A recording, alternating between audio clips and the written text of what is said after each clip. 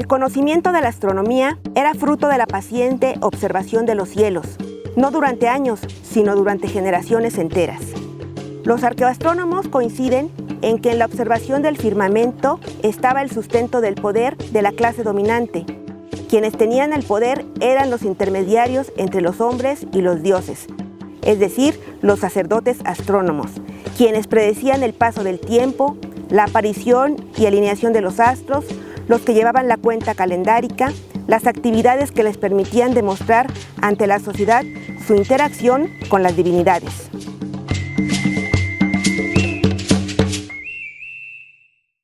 La naturaleza del ser humano es una naturaleza migrante.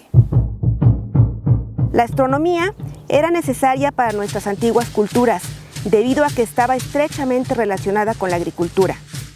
Esa naturaleza migrante en el hombre de América implica que tenían que tener la referencia de los lugares que estaban visitando y saber dónde estaban ubicados.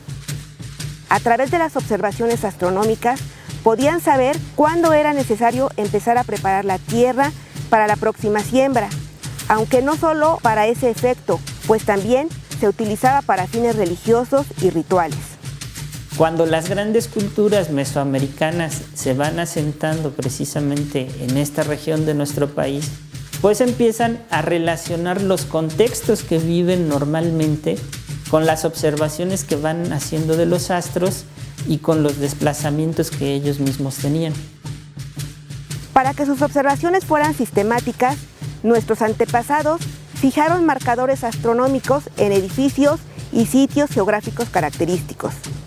Relacionaron la observación geográfica y temporal de los astros con su vida cotidiana y con los elementos que para ellos eran importantes.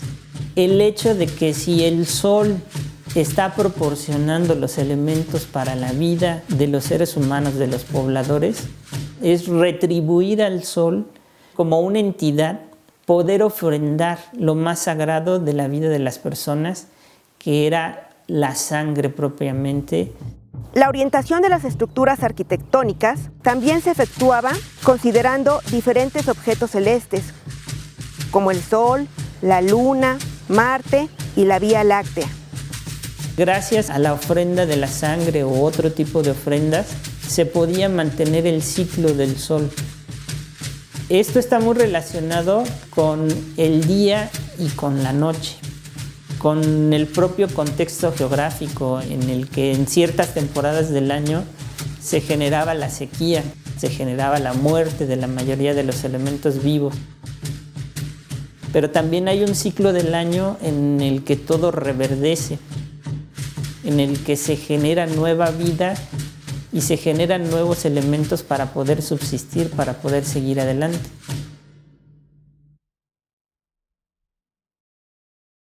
Los marcadores arqueoastronómicos son elementos que fueron desarrollados por las culturas como un elemento de referencia para saber en qué momento las observaciones que ellos iban realizando se podían registrar de alguna manera, ¿no?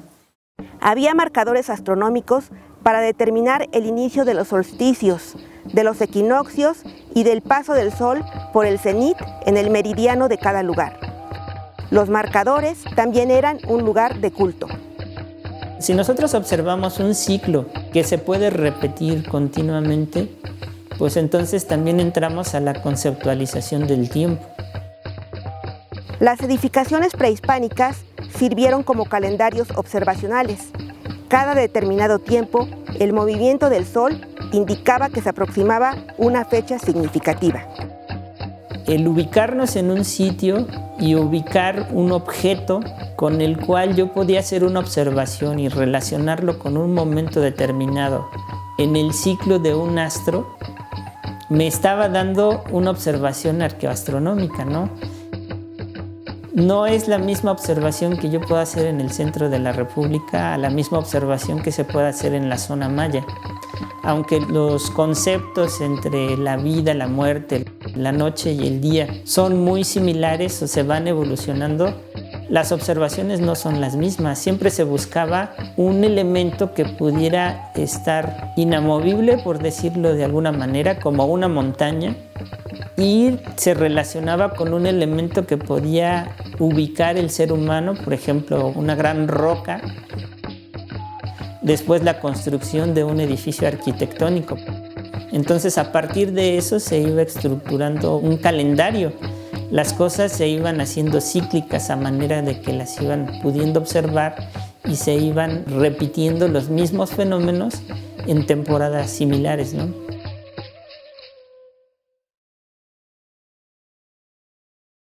El asentamiento prehispánico de Ecatepec se ubica dentro de la Cuenca de México, a orillas del lecho del antiguo lago de Texcoco, sobre la ladera noreste de la Sierra de Guadalupe, en Ciudad San Cristóbal, Ecatepec de Morelos. Una de sus faldas, la que da precisamente hacia el lado de Texcoco, está ubicada principalmente hacia el oriente. Podríamos observar la salida del sol. El mismo lugar geográfico ya nos está dando una pauta de referencia de dónde nosotros estamos ubicados. Este cerro ha sido desde el pasado un complejo geográfico relevante para la observación y el culto.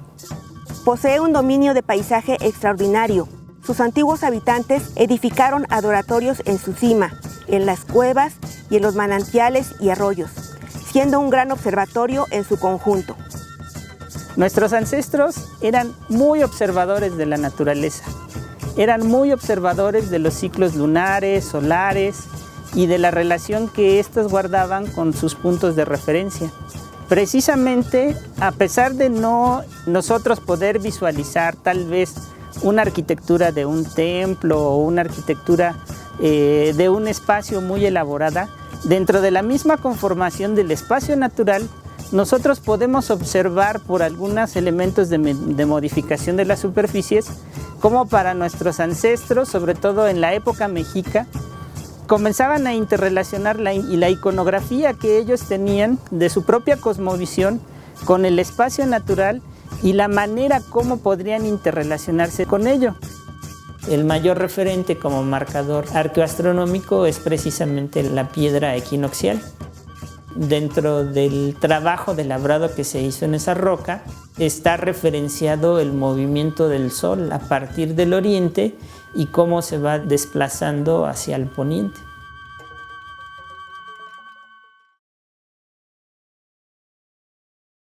Estamos en la piedra equinoccial del Ecatepec. Estamos a una altitud de 2.405 metros sobre el nivel del mar. Los estudios arqueológicos se remontan al siglo XX, en específico al año de 1939. El primer arqueólogo que hace investigaciones en este lugar es el arqueólogo Wilfrido Dussolier, quien reporta en primera instancia la cueva de los Tecotines. Esta roca es de material volcánico, roca ígnea, extrusiva, andesita, de color rosado. También, años posteriores, en 1948, realiza una serie de excavaciones y de recorridos en este lugar, en donde se menciona que, en el sitio arqueológico se remonta al año 600 a.C. Hicimos un modelo matemático para calcular la masa total de esta roca y llegamos a la conclusión que esta roca tiene un volumen de 103.35 metros cúbicos y una densidad de 2.33 toneladas por metro cúbico. En la cara oriental de la piedra equinoccial podemos observar que actualmente tenemos labrado un sol, una cara de un sol con rayos. Pero cabe resaltar que, de acuerdo con los reportes, ahí se encontraba la representación de un chimali o escudo prehispánico, al que posteriormente, después de la conquista, le añaden estos ojos y estos rayos para representar el sol. Entre ese cerrito y Chiconautla, a la mitad, se distingue la pirámide del Sol en el sitio arqueológico de Teotihuacán. Está conectado aquí con este punto áureo. Chiconautla, Tepexpan y Acolman es otro punto áureo. Y el sitio arqueológico de Teotihuacán es un tercer punto áureo. Las propuestas de algunos investigadores sobre este marcador astronómico son 5. La primera sostiene que algunas líneas que parten del petroglifo podrían estar asociadas al movimiento del Sol entre los trópicos durante el año debido a que la piedra ve al oriente, pudiéndose conformar un calendario de horizonte con relación a la Sierra Nevada durante el amanecer. La segunda relaciona la piedra con el evento equinoccial. La tercera propuesta considera que la piedra está alineada con el solsticio de invierno. Y la cuarta propuesta sostiene que señala todos los eventos astronómicos que se suceden a lo largo del año, considerado como caso único en Mesoamérica. Esta propuesta sostiene que con un solo marcador se controlaban todos los acontecimientos, servía para determinar todas las estaciones y el paso del Sol por el cenit de Ecatepec, siendo un marcador astronómico funcional. Finalmente, la quinta propuesta hace referencia a que fue el lugar desde donde se trazó la gran ciudad de Teotihuacán. La proporción áurea es una constante universal. Nuestros ancestros conocían la proporción áurea porque la proporción áurea está en la naturaleza. Hay un caracol que se llama Ejecacóscatl. Al hacer un corte transversal se forma una espiral que se va al infinito, y esa espiral nos lleva a la proporción áurea. Hace miles de años, nuestros ancestros que habitaron aquí, si todo este lado era el lago enorme, acá eran lagos y allá era el único lugar de tierra firme, eligieron aquel punto para construir Teotihuacán, tomando como punto de referencia el Ejecatepetl, haciendo las mediciones, la primera distancia hacia Chiconautla, Tepexpan-Acolman, y luego la segunda distancia hacia aquel punto, lo que ahora llamamos sitio arqueológico de Teotihuacán, tomando como punto de referencia que se cumpliera el 1.61 de la proporción áurea.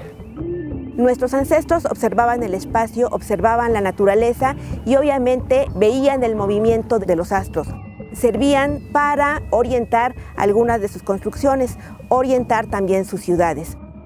De ahí la importancia de este enorme monolito.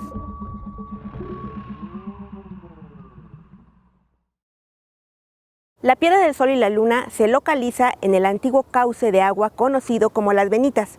En esta piedra se aprovechó precisamente que una de sus caras es una cara de forma plana y se representó un sol. Este sol se ve su boca, se ve su nariz y se ven sus ojos, a la par de una serie de rayos solares. Posee unos glifos muy importantes y muy antiguos. Estamos ubicados a una altitud de 2.307 metros sobre el nivel del mar. Esta roca es de material volcánico, andesita rosada, material ígneo extrusivo de las erupciones que ocurrieron aquí hace millones de años. Esta piedra seguramente fue un marcador astronómico que hasta el momento no sabemos identificar con qué astro tenía relación. Sin embargo, esta piedra fue reutilizada años después, es probable que en el periodo virreinal. Podemos ver aquí 2/3 partes de la roca están cubiertas por tierra, por lodo, por piedras. En septiembre de 2021 hubo una gran avalancha que nos volvió a cubrir casi la roca en su totalidad. De acuerdo con la tradición oral, se dice que esta piedra fue utilizada como mojonera. Se dice que no era una sola piedra, sino eran 2 piedras. Hicimos un modelo matemático para calcular su masa total y nos dio como resultado 8.600 kilogramos. En una se representaba la luna y en la otra se representaba el sol. Sin embargo, esta piedra, la que conocemos actualmente como piedra del Sol y la Luna, conserva los 2 nombres. La cara principal de esta roca apunta exactamente hacia el norte. Es una piedra con vestigios ancestrales. Los glifos que podemos ver aquí es una cruz del arzobispado, que es esta, un brazo largo y otro brazo pequeño aquí, el tronco, y una rosa de los vientos, que es esta parte de aquí. Es un señalamiento. Este es el norte, el sur, este y oeste. Aquí hay como una O, el oeste. Parte de la cosmovisión prehispánica era también la naturaleza sagrada de los cerros, de los montes, de los volcanes. No solamente tenemos una ubicación geográfica, sino que tenemos elementos geográficos con los cuales relacionar a los astros en el momento, por ejemplo, en la salida del sol o en la puesta del sol. Así es como van avanzando los conceptos de la observación y la arqueoastronomía en el centro de México.